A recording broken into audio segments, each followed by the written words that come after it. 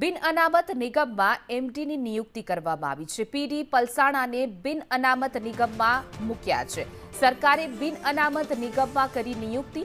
જગ્યા ચાર્જમાં હોવાથી કામો અટકી પડ્યા હતા, જેને લઈને હવે પીડી પલસાણાને બિન અનામત નિગમમાં મૂક્યા છે અને આખરે સરકારે બિન અનામત નિગમમાં એમડીની નિયુક્તિ કરી છે। એમડી તરીકે પીડી પલસાણાને બિન અનામત નિગમમાં મૂકવામાં આવ્યા છે। જગ્યા ચાર્જમાં હોવાને કારણે કામો જે છે તે અટકી પડ્યા હતા, જેને લઈને હવે સરકારે નિયુક્તિ કરી છે।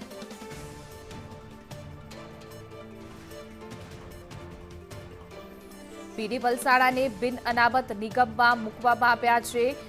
પીડી પલસાણાને એમડી તરીકે નિયુક્તિ કરવામાં આવી છે। સરકારે બિન અનામત નિગમમાં નિયુક્તિ કરી છે। અનેક કામો હતા જોકે જેમાં એમડી નહોતા, જેના કારણે અટકી પડ્યા હતા।